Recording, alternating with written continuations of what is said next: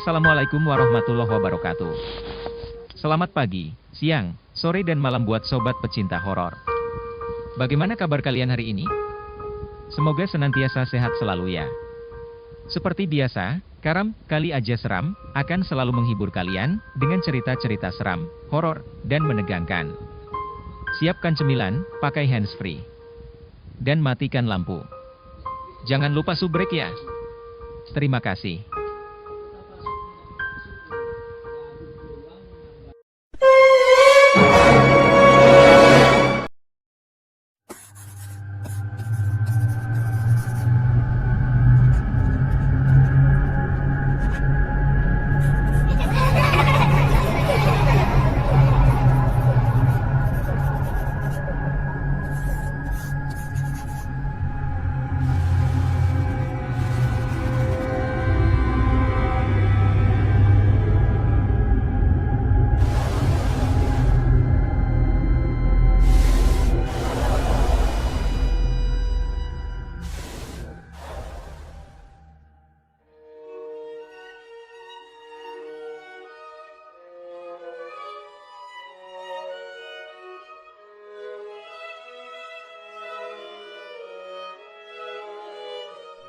Hai, perkenalkan nama saya Ara Royana.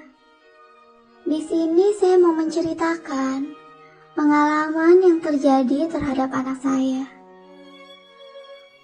yaitu anak saya yang nomor 2. Mungkin kalau saya waktu kecil pertama kali bisa melihat, yaitu ketika usia saya 3 tahun. Sedangkan anak saya yang nomor 2, dia mengalami beberapa kejadian mistis dari usia dia di bawah 1 tahun, yaitu tepatnya ketika dia baru saja bisa merangkak. Kejadian ini terjadi di rumah Depok. Kalau nggak salah, saya pernah menceritakan rincinya di catatan sirah. Pada suatu malam, sekitar pukul 2 atau pukul 1 malam, tepatnya saya lupa. Ketika saya tidur, ada suara anak saya tertawa begitu kencang sampai masuk ke dalam mimpi saya. Sampai saya terbangun dari tidur, dan saya sadar ternyata anak saya tidak ada di samping saya.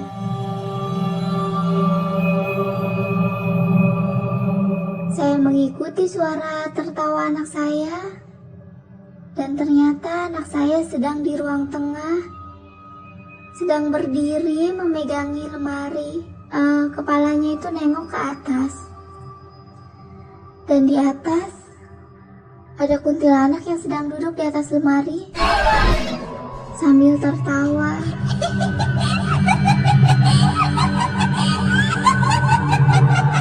Menatap ke anak saya. Dan anak saya yang pada usianya itu di bawah 1 tahun, dia sedang tertawa juga. Tertawanya itu benar-benar kenceng banget, terbahak-bahak. Dia tertawa sambil kepalanya nengok ke atas. Padahal kondisinya di ruang tengah itu lampunya gelap, karena lampunya emang saya matikan. Dan kejadian itu terulang lagi beberapa kali di waktu yang sama, sekitar pukul 1 atau pukul 2 malam. Dan pernah juga pada suatu malam, ini kejadiannya di rumah Jakarta Timur ya. Pada suatu malam, kebetulan saya sudah kelelahan, akhirnya saya tidur lebih awal. Anak saya tidur juga lebih awal, dan juga anak nomor 3 juga sudah tidur. Hanya ada anak saya yang nomor 2 sedang duduk menonton TV di kamar. Pada saat itu saya lupa untuk menutup gorden kamar yang mengarah ke dapur. Sekitar pukul 10 malam saya terbangun dari tidur. Dan saya kaget kenapa anak saya malah duduk menghadap ke arah jendela kamar yang mengarah ke dapur, dan dia nggak nonton TV. Saya bangun bangun, saya tanya, "Kamu kenapa, Nak?" Dia hanya diam, dengan muka pucat, seperti yang syok, keringat dingin, dan dia tidak berucap apa-apa. Akhirnya saya mengalihkan perhatian dia, saya tutup gorden jendela. Saya ajak dia nonton TV lagi. Saya tanya, "Kamu kenapa, Nak?" Dia diam, tidak berbicara sepatah kata pun. Tetapi mukanya sangat-sangat ketakutan. Keesokan harinya, tiba-tiba anak saya berbicara kepada saya. Padahal saya sudah tidak membahas itu lagi. Anak saya bilang, Mah, semalam aku lihat Papa, Mah. Kok Papa tinggi banget ya, Mah ya? Tinggi banget sampai ke atap, Mah. Terus juga kok Papa hitam banget ya, Mah. Ada bulunya. Warna matanya merah, terus ada tanduknya, Mah. Aku takut, Mah. Kok Papa tinggi ya? Di situ saya baru menyadari yang anak saya lihat ternyata adalah genderuwo yang suka mengganggu saya di dapur. Pada saat itu, saya mencoba menghibur anak saya, dan seolah-olah itu semua hanyalah dia salah lihat. Karena saya takut, anak saya malah ketakutan dengan apa yang dia lihat. Tapi, ya betul saja, pada akhirnya anak saya jadi penakut gara-gara kejadian itu. Bahkan di siang hari pun dia tidak berani untuk masuk ke kamar mandi ataupun ke dapur sendiri. Dia selalu merengek untuk ditemani. Akhirnya saya memanggil Ustadz pada saat itu ke rumah. Dan saya meminta tolong kepada Pak Ustadz untuk membantu anak saya. Dan alhamdulillah setelah itu anak saya sudah tidak ketakutan lagi. Dia balik lagi menjadi pemberani yang berani sekali ke kamar mandi ataupun ke dapur sendiri. Mau itu siang ataupun malam. Dia sudah jarang melihat sesuatu lagi. Sampai tiba-tiba pada suatu malam.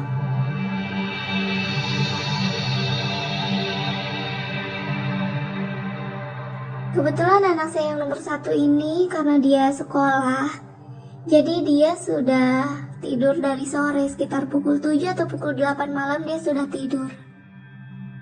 Saya sedang di kasur bawah, kan di kamar saya itu ada 2 kasur. Yang satu kasur atas dan yang satu kasur bawah. Saya sedang seru membaca WhatsApp grup. Anak saya yang nomor 2 dengan anak saya yang nomor 3 sedang main bercanda tertawa-tertawa. Tetapi pada saat itu posisinya lampu kamar saya matikan. Karena sudah pukul 10 tapi anak saya tidak mau tidur. Akhirnya saya matikan dengan harapan kalau gelap anak saya mungkin akan segera tidur. Tiba-tiba anak saya yang nomor 2 mengajak adiknya untuk naik ke kasur atas. Al, yuk kita main di kasur atas yuk Al. Kita main loncat-loncatan tuh Al. Yuk, kita main loncat-loncatan Al sama ibu-ibu. Tuh ibu-ibu seneng banget Al loncat-loncat di atas. Dan anak saya yang nomor 2, dia bilang, "Ibu, ayo ibu, loncatnya yang kenceng ibu." Saya kaget dong. Anak saya ibu-ibu manggil siapa? Pas saya nengok ke kasur atas, ternyata anak saya nomor 2, anak saya nomor 3, dan ada seorang perempuan. Rambutnya disanggul, tapi disanggulnya itu tidak rapi, memakai kebaya dan kain batik, sedang loncat-loncatan juga di kasur, sedang berpegangan dengan anak saya yang nomor 2. Mereka loncatan sambil berpegangan, dan muka perempuan ini pucat sekali, sangat pucat, serta ada darah di bagian perutnya. Pas saya nengok, saya kaget, langsung saya bangun, saya nyalain lampu kamar untuk memastikan benar nggak tuh yang saya lihat yang di kasur.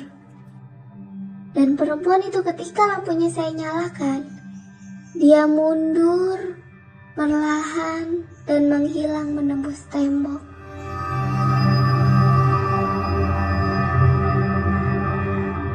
Dan pada saat itu saya langsung memeluk anak saya dua-duanya. Saya ajak tidur.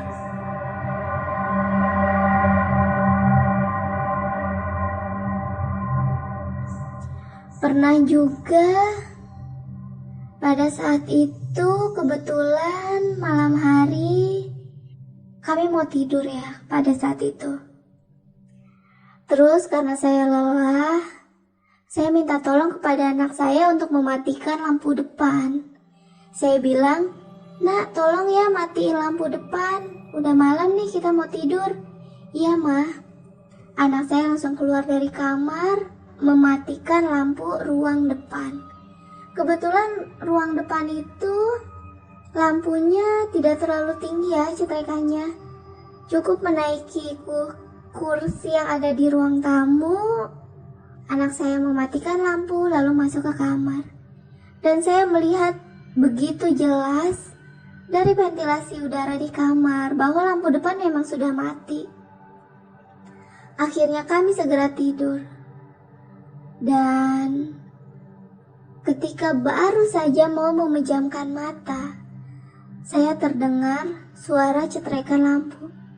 Suara seperti lampu yang dipencet biar nyala lagi. Dan setelah itu saya melihat dari ventilasi kamar, ternyata lampu di ruang depan itu nyala lagi. Saya memastikan bahwa itu salah. Terus saya tanya ke anak saya, "Nak, tadi kamu udah matiin lampu depan belum?" "Ih, Mama, tadi aku udah matiin lampu depan, Ma." "Beneran, aku udah matiin lampu depan.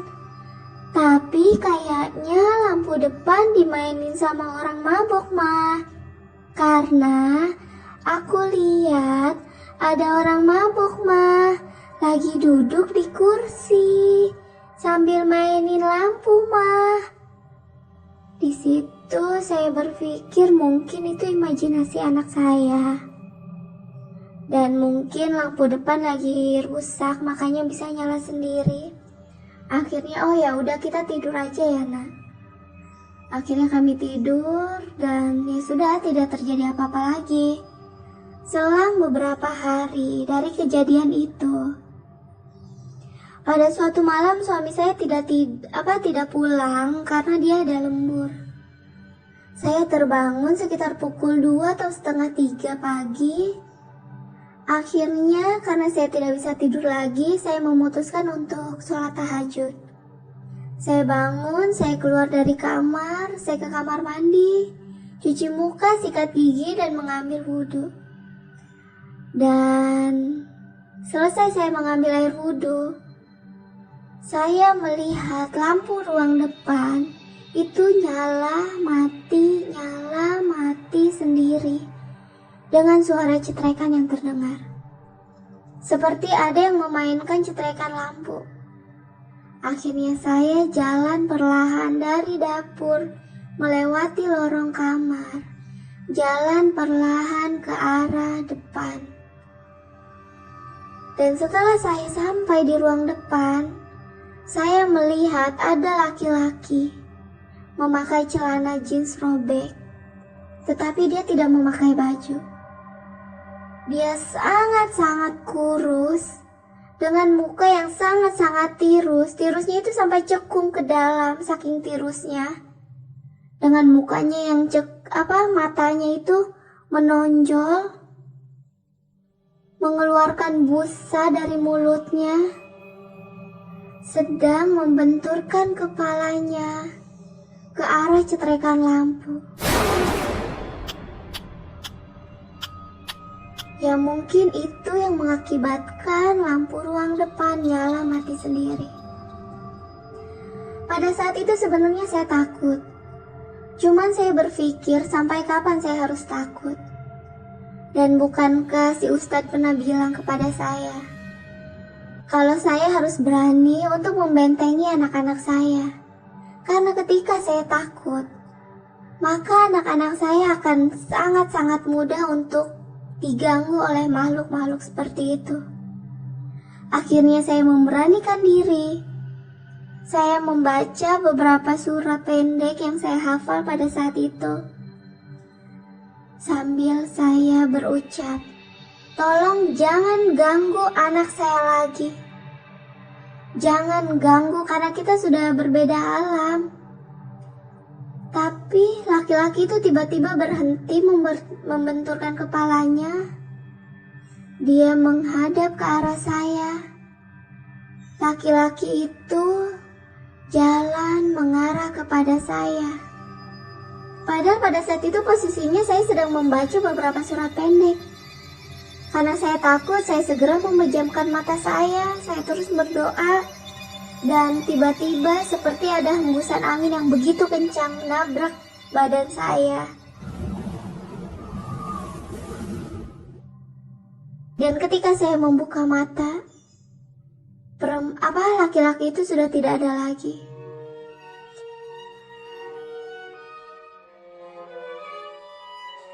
Dan setelah kejadian itu akhirnya saya memutuskan untuk sholat tahajud dan mengaji di ruang depan. Dan saya berharap agar laki-laki itu tidak datang lagi ke rumah. Dan mungkin hanya itu yang dialami oleh anak saya. Dan saya berharap anak saya tidak pernah diganggu